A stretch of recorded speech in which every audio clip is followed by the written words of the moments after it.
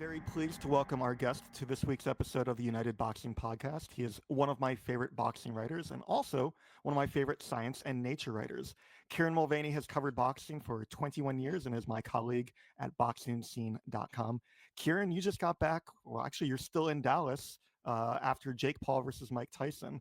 You've covered a lot of the biggest events in boxing. How did this compare? It was one of the weirder events that I've covered in boxing, and if you spent any time around boxing, that's saying something. It was really interesting, David, in that I could sense the atmosphere really building. It felt huge. That you could tell that there was so much public attention on it.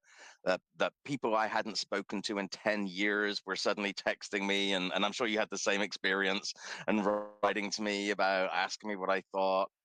And then it was this very strange thing of being in this huge, very excited arena and then just feeling the air being let out of the balloon quite rapidly. And I don't think I've quite experienced that before. It wasn't like an anger. It wasn't anything. It was just oh, kind of a feeling about the whole thing. And was that air being let out of the balloon like the moment that they saw Tyson's knee brace or the first round or the second round? When did people begin to realize that this wasn't what they hoped it was going to be? I'd say the second round, I think, as I think you and I and most other boxing writers knew that Mike would probably do what he could in the first, and then that would be it. And that's how it played out. And I think once he started to just turn into this stationary figure, just watching Jake dance around him and flick out jabs and basically be unable to do anything, that's when you sort of felt there were some scattered boos, but it was mostly just sadness or disappointment or deflation. And I've never seen so many people leave an arena so rapidly after a fight as well. Just almost like, let's get the hell out of here and get a drink kind of a thing. It's so funny because the first boxing match I ever covered was Mike Tyson's final fight. And that was 19 years ago. He was done at 38, 39 years old. Yes. And none of us is going to be better in 19 years anyway. Why do you think people just didn't realize or maybe put so much hope in the fact that Mike Tyson would perform better than he wound up performing? It's interesting because I've been thinking about this, and it couldn't have happened with anybody else, right? This is a very specifically Mike Tyson related phenomenon, I think, in that people have airbrushed late Mike Tyson, basically anything post 1997, out of their memories. They still remember the explosiveness, the Michael Spinks win, the Bruno wins. And when they will think about the things that when stuff started going off the rail, they don't think about him just sitting there on the canvas back against the ropes after Kevin McBride shoved him down after he tried to bite Kevin's nipple off. They think about him losing his mind and biting Evander's ear off and things like that. Like even when when things were going bad, it was exciting. And there is this phenomenon, this pop culture phenomenon with Tyson. And maybe it's also because he's one of the few fighters to have really broken through into the mainstream in the last, 30, 40 years. So if people know boxers, like non-boxing fans, they probably know Mike Tyson and Floyd, maybe, of recent fighters. And and so they just have this kind of memory, this image of that's what this guy is like. And this guy, Jake Paul, he can't box. Sure, there's an age difference, but what's what happens when he sees a real boxer? And those of us who are kind of up there near 58 or around 58, I think were those who most expected what happened to happen because we know what it's like. And I think there are people who are younger who maybe hadn't lived through the whole Tyson thing themselves and just saw highlights and all of that and didn't know that, bits start falling off and sagging and moving more slowly as you get older. They were the ones who still held out hope. And yeah, maybe it was a bit of a realization for everybody. Kieran, I'm 42 and it's not great right now, but you're telling me that I have to look forward to things or sagging. One or two things, maybe. And maybe the things falling off thing, that might have been an exaggeration, if that's any comfort. I mean, We did get to see Mike Tyson's bare butt. I know that you didn't in the arena, but I'm I sure you didn't heard about it. know. I did. It went straight into my social media feeds when I saw that. So that was and I imagine. I know that people who are watching on Netflix have buffering issues. I hope that wasn't one of those occasions where up comes Mike Tyson's bare butt, and then the great circle of doom that you can't move past it for seconds. That would have been something. Years ago, I was on an overseas flight and they had movies, and I decided for some stupid reason to watch The Shining. I don't know if you've ever seen that movie, and I promise Yeah, this story applies. Um, there's a scene where an old woman who is unclothed stands up out of a bathtub, and that was the moment that the flight attendants decided to get on the intercom, and that's when the screen froze. fantastic. you know, Despite the technical issues, Netflix is coming out and saying that 60 million households, not people, households, which means that far more than that we're watching worldwide, that they peaked at 65 million. So this was a weird event, as you said, but it was a huge event. Do you think that we will get more shows like this from Netflix, from Jake Paul, from Mike Tyson?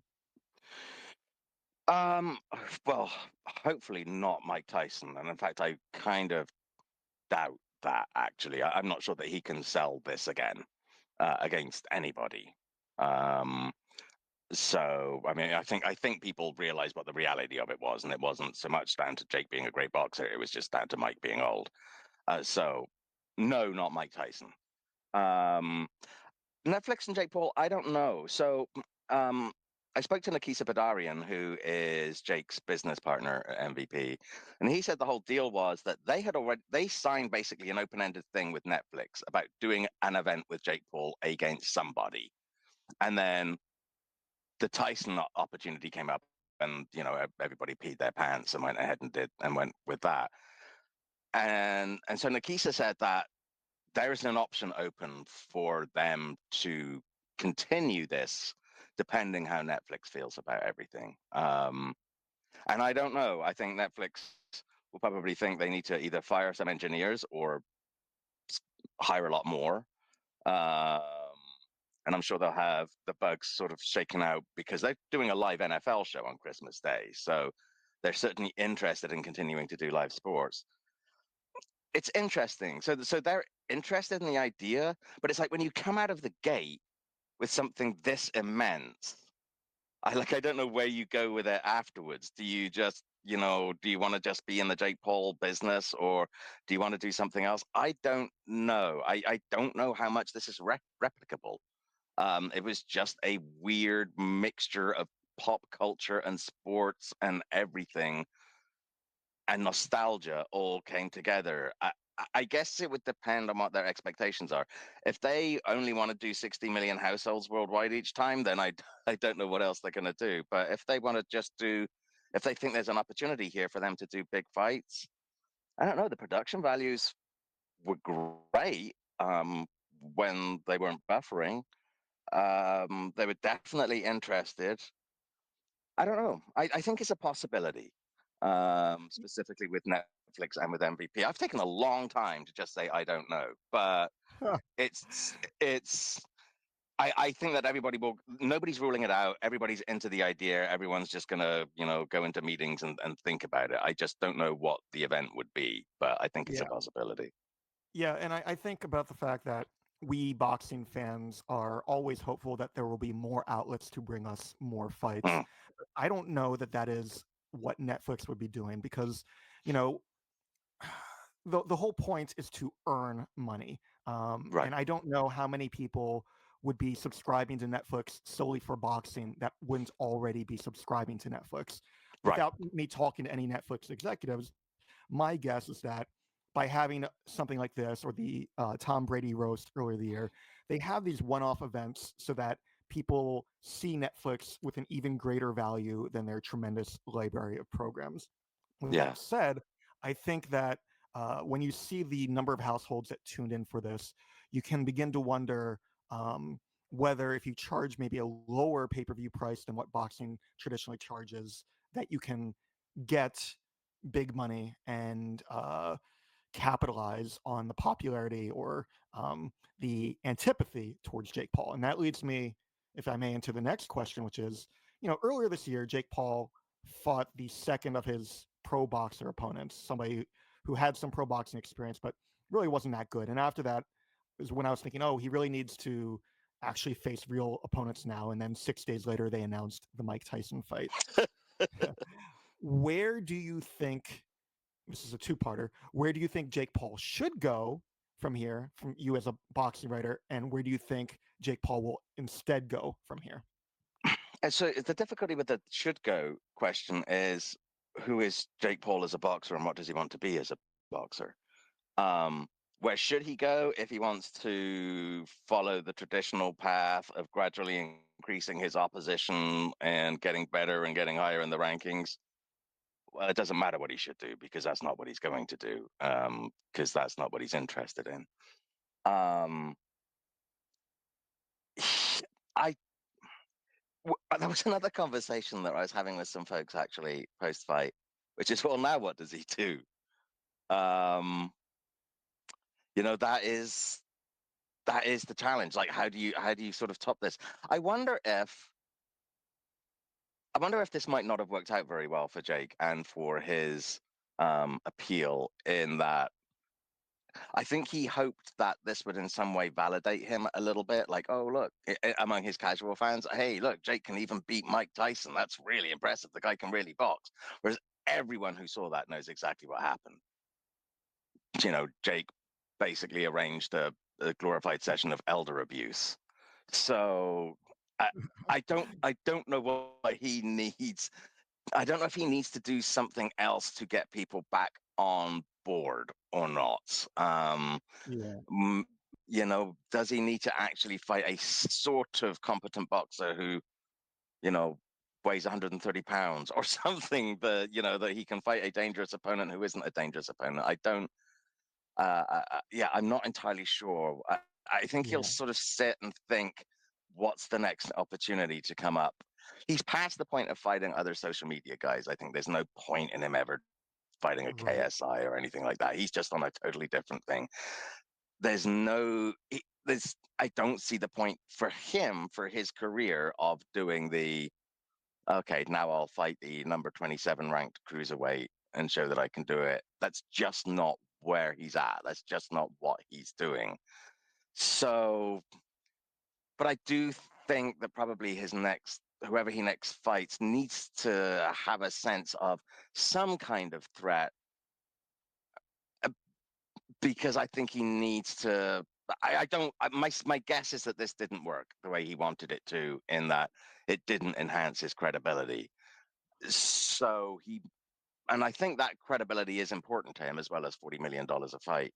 Um, so he's just going to have to be on the lookout, I think, for some kind of left field opponent. Like everybody else, he of course wants to fight Canelo, and I suppose if Canelo wanted a very easy payday, he could do it.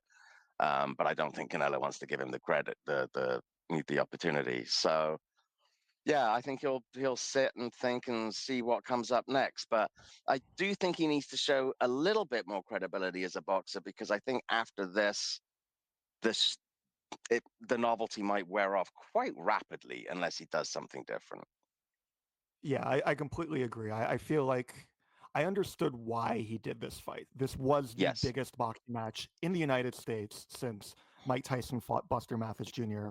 For free on Fox back in 1995. That was shortly after, that was the second fight after Tyson got out of prison. Um, Mm, so this, of course, was a huge payday. I do feel the risk reward ratio for Jake Paul will change, but I don't think he's going to get to the point where it's risk in terms of, as you said, the number 20 rated opponent, but not enough reward commensurate with that. I can understand why he's talking Canelo or Conor McGregor. I imagine he'll call out other people, but I do think it is a little bit of a tightrope that he will be walking. But let's transition, if we may, to the fact that we had this huge audience and there were some real boxing matches on this. mm. Netflix is claiming that 50 million households watched the rematch between Katie Taylor and Amanda Serrano. So, as you and I are discussing or debating whether Jake Paul is good at boxing or good for boxing, how was the undercard in your mind? I mean, you didn't have to deal with buffering issues. You had two great fights preceding the main. Yeah, and the folks in the arena, it's great. The folks in the arena loved it too, and they were ready for it for that co-main event. I didn't think there was any way those two were going to be able to quite replicate the first fight, but with the drama around Amanda's eye, did they even maybe exceed it slightly? It was a phenomenal fight. It was a phenomenal fight, I thought. Anyway, for it to be a women's fight on that platform that so many people got to see, I think that's fantastic. And yeah, and that Mario Barrios fight just turned to a real slow burn, just real tough, hard slog of a fight. That I think was really an excellent introduction for people into what exactly tough boxing is all about. So I think, and honestly, even the YouTube streams beforehand, they were getting terrific numbers. I think between the Netflix YouTube and the MVP YouTube, they were getting like 1 million streams. For I think Shadesia Green's fight got like about 1 million views on YouTube alone. So in that respect, I mean, the only super disappointing fight was, apart from the main event, was that Whindersson Gomez Niraj Goyat thing that was on there for a whole other reason. Um, I think in that respect, that's got to be great. And I think women's boxing, especially, will be the real winner because I'm sure there are a lot of people who've never seen a women's fight before. And we're like, holy cow, that's women's boxing? I want to see more of that. Um, and to Jake Paul's credit, he's always wanted to push women's boxing. And he might have really, really, really succeeded in that on Friday night. I know that boxing has always been looking in the United States to find some way to bring in the casual fans or the non-boxing fans and keep them around. I don't know that this will work, but it is great that this many people watched these fights. I saw somebody post on Twitter that the numbers, the kind of thing that can translate into more fans for them, and that's the whole thing. Like Jake Paul isn't facing anybody that we want to see him face in order for us to know whether he is a real prospect or just somebody who's capitalizing. But he's doing good for the people on his undercard. It's very interesting. Um, you know, do you want to see a third fight between Amanda Serrano and Katie Taylor? And if not, where do they each go from here? I wonder a little bit about how severe that injury is going to affect Amanda. I'm shocked that fight wasn't stopped. Um, Probably anywhere other than Texas, like anywhere with any kind of competent commission and ringside physicians, you have to think that would have been stopped. I mean, she's going to need extensive plastic surgery. So I don't know what happens there. I personally, I mean, I thought it was a terrific fight and it's close to call. I personally thought Amanda won. Watching off TV, I thought she won the first fight too, personally, but super, super close both times. And can't be too upset about Katie winning. Um, I If they were to do a third fight, I'd like for Katie this time to make some concessions, right? She doesn't have to go all the way down to featherweight, obviously, but Amanda's gone up 2 weight classes and then 3 weight classes from her ideal. I know she goes up and down through the weight classes, and but clearly, like that featherweight is really where she's at her best. I'd like to see Katie make some kind of concession, but that said, there was a little bit of bad blood at the end there, and Katie afterwards is like, I don't care what anybody else thinks. I don't care about what Amanda says. I don't care about what fans say. The three judges said I win. I'm 2-0 against her. So I don't think she's particularly inclined to make any concessions. I'd love to see Katie fight Amanda over 3-minute rounds, which is where Amanda really excels. I think we would have seen Katie knocked out twice had that happened. Um, but Amanda needs to go away and heal up a little bit. And I think we won't see her in the ring for a little while. I was very impressed with Amanda because I had a sense over her last couple of fights that maybe she'd peaked a little bit. And, she wasn't getting knockouts anymore. And she was still dominating, but I thought maybe just a little bit has gone off. But I thought this was a tremendous performance by her, win or lose. I thought she looked really, really strong, and Katie also dug deep, and after that tough first round, fought very well, adjusted her own strategies. So I'm not sure. I don't know enough about the depth in any of their divisions as to whom they should fight next.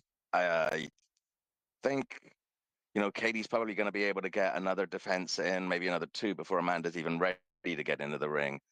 And Yeah. then we'll see where they're at as to whether they're going to be able to meet again in some kind of terms that are appealing to them.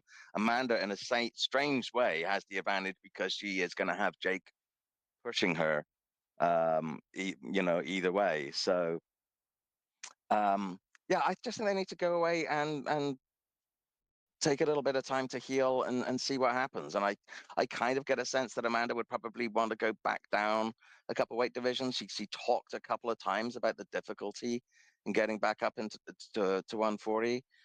So yeah, I imagine we'll see her maybe pop back down for a fight or two when she does heal, and then we'll see. And maybe if she can't get a third Katie fight, maybe Amanda will be done with it. I'm not entirely sure. I'm not surprised that the Texas Commission let Amanda Serrano keep fighting, given the fact that this is the same commission that allowed Mike Tyson to fight. Well, exactly, Uh, exactly. Yeah. yep. I wonder if before we get a third fight with Katie Taylor versus Amanda Serrano, maybe we end up a third fight between Katie Taylor and the woman she beat to become the undisputed champ at Indeed. 140, Chantel Cameron. As for Serrano, of course, she was at one time the undisputed champ at 126. I don't know that she would drop all the way down, but I know if she does, the fight there would be Sky Nicholson. But domestically, for us here in the United States, I would love to see Amanda Serrano drop down to 130 and take on the undisputed champion there, Alicia Baumgardner. Oh my God, yes, that would be a hell of a fight. That would be actually a terrific fight. I think she could handle Sky Nicholson fairly. I mean, Sky just is a very good boxer, of course, but doesn't appear to have any kind of pop. And you have to figure you've got to be able to crack Amanda to deter her. Um, if you're looking for opponents who have pop, Alicia Baumgardner's right there. I mean, I don't think she has the technique quite of Amanda, but God, she can hit. So I agree with you. I think that would be a fantastic fight. And especially if you want to capitalize on people, maybe there's the opportunity. People go, oh, yeah, yeah, I saw her fight on the Tyson card. I'd really like to see that. What's the follow-up fight you really want people to see? Sky Nicholson or Alicia Baumgardner? Like, of the two, I don't think there's any question about what would be the one if you want to maintain the popularity of women's boxing, which one you'd want to see. Sure.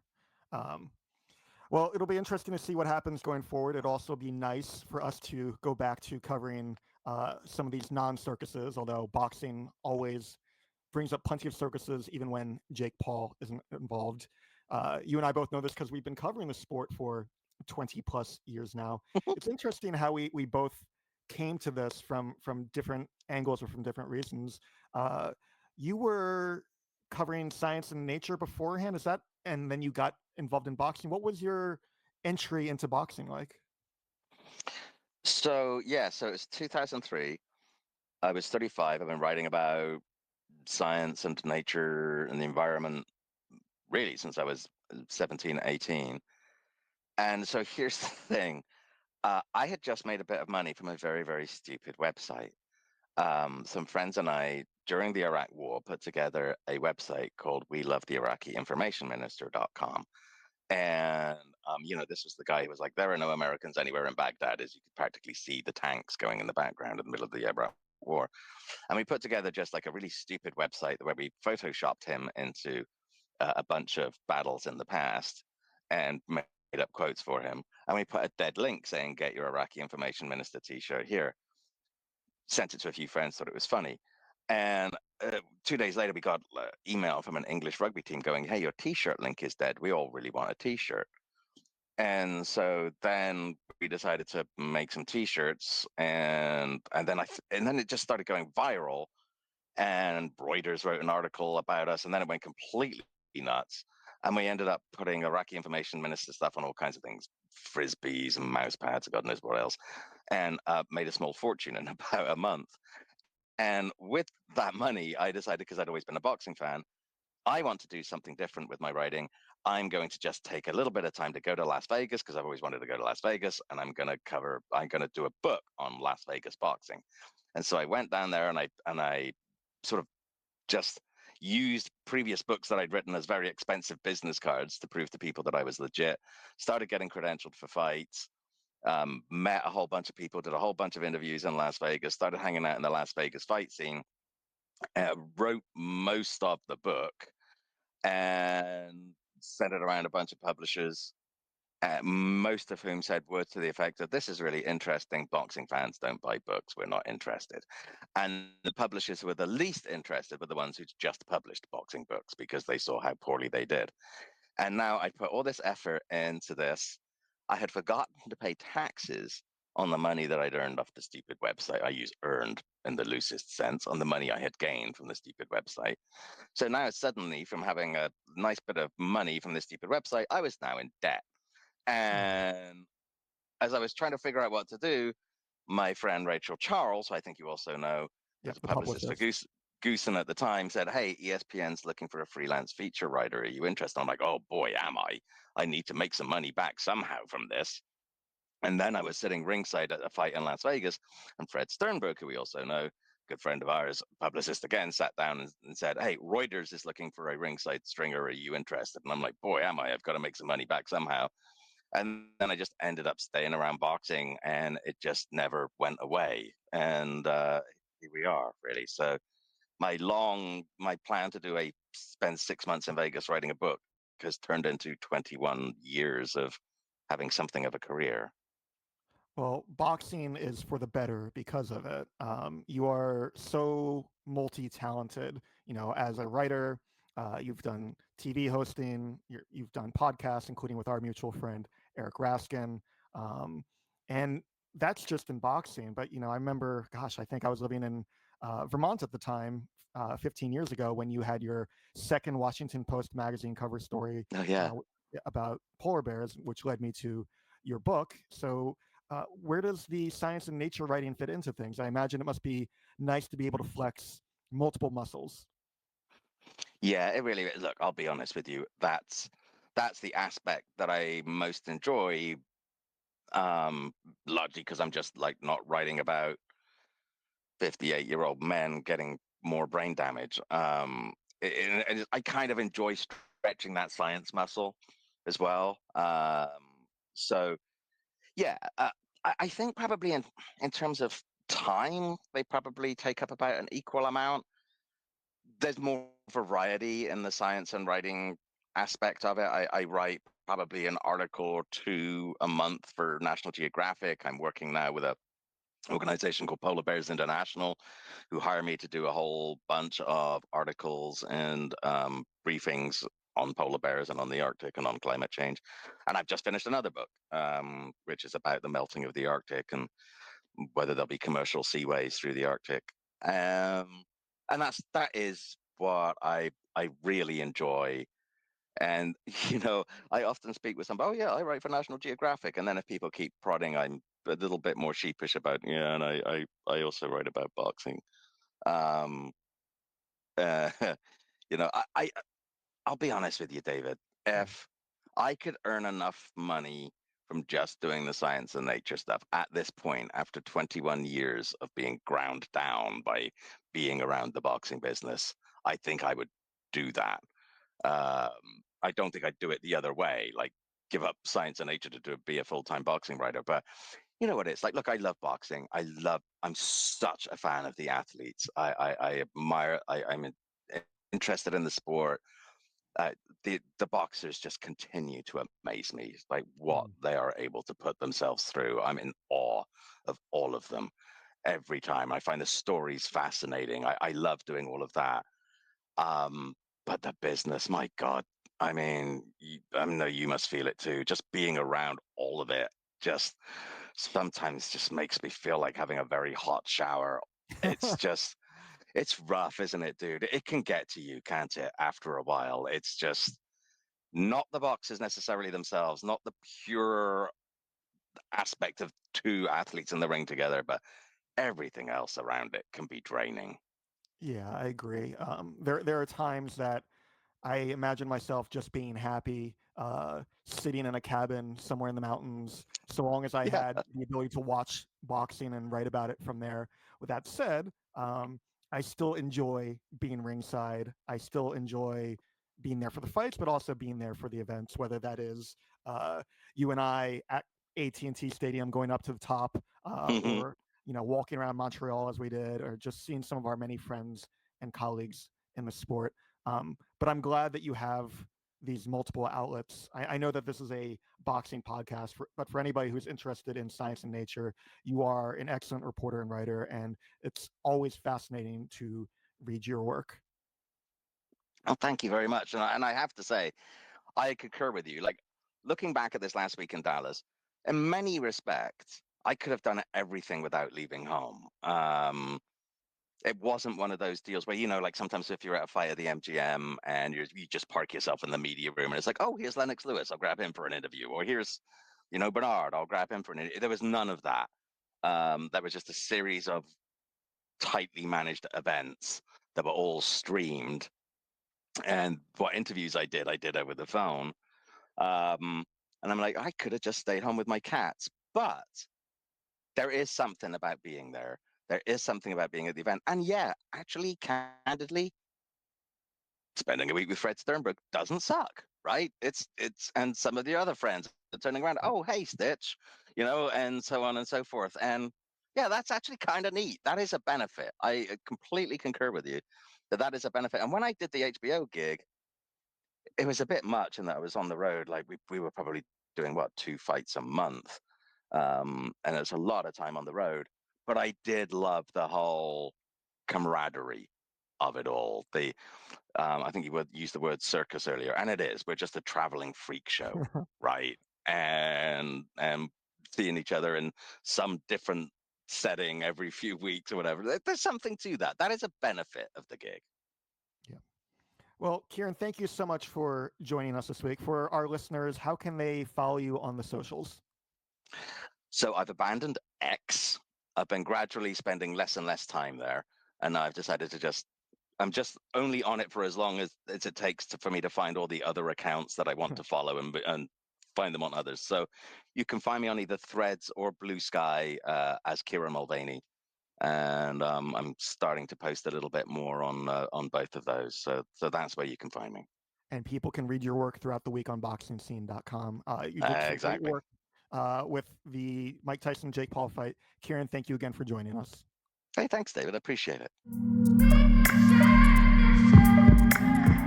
Well, that was a good conversation and a very interesting one indeed. A real mix of worlds there, David.